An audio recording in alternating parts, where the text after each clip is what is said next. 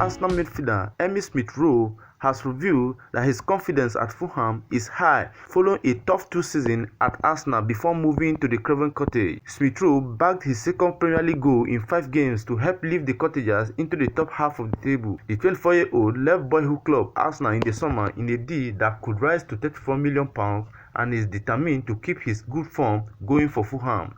In his word, the youngster said, "I am really confident at the moment and comfortable with everything." Smith-Rowe told BBC Sport, "I have got to keep going and keep working hard. Everyone knows it has been a tough couple of seasons for me.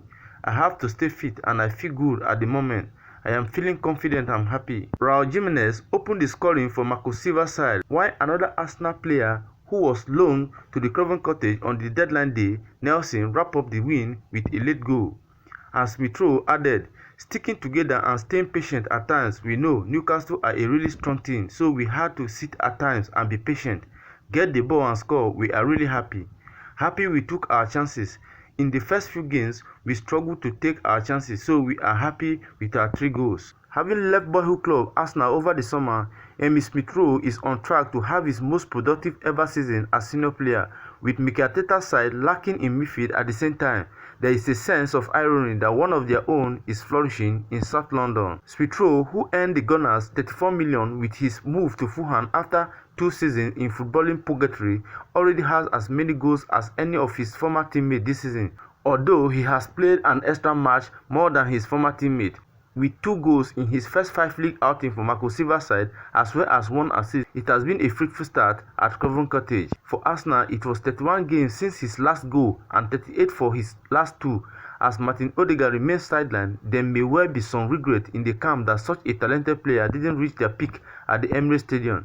Unfortunately for Arteta and Smith-Rowe, it simply wasn't meant to be. Injuries and form cut his time in North London, with more and more competition arriving to challenge for starting spot.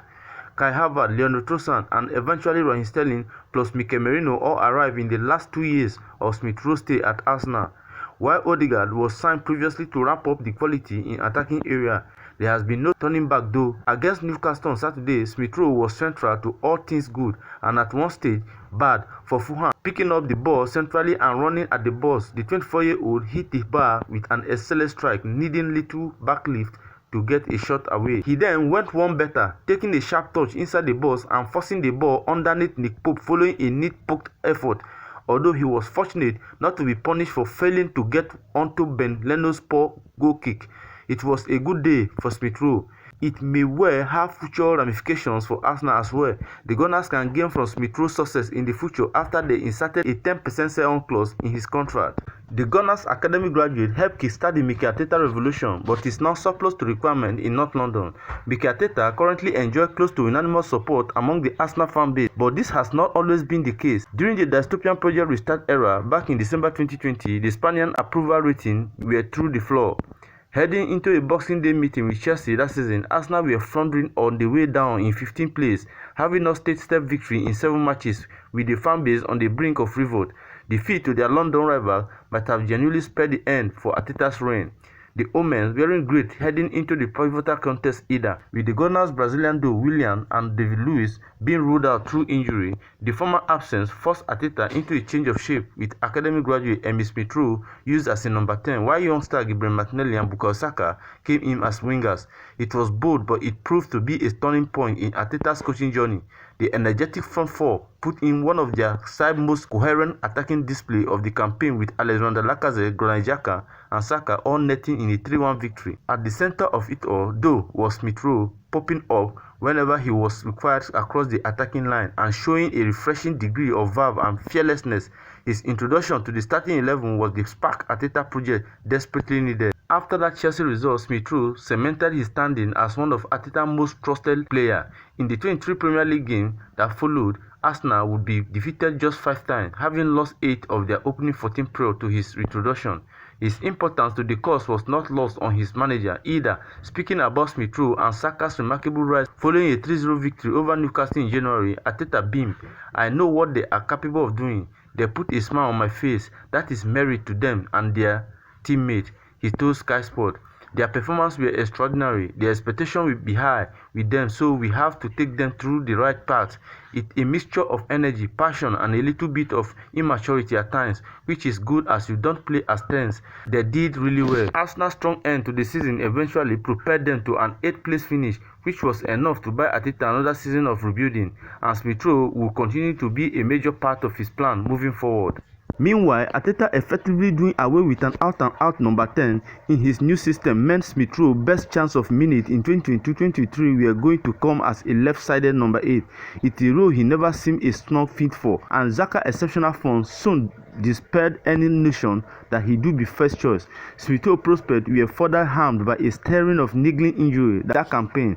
He missed the opening stage of the season with a groin problem, and once he was fit again, Arsenal were leading the title race, meaning opportunity to bring into the fold were at a premium. Last season was a similar story. After opting to remain at the Emirates, despite rumor linking him with a move away, Smith Rowe would start just 4 games in all competition. When he was involved, he fared pretty well.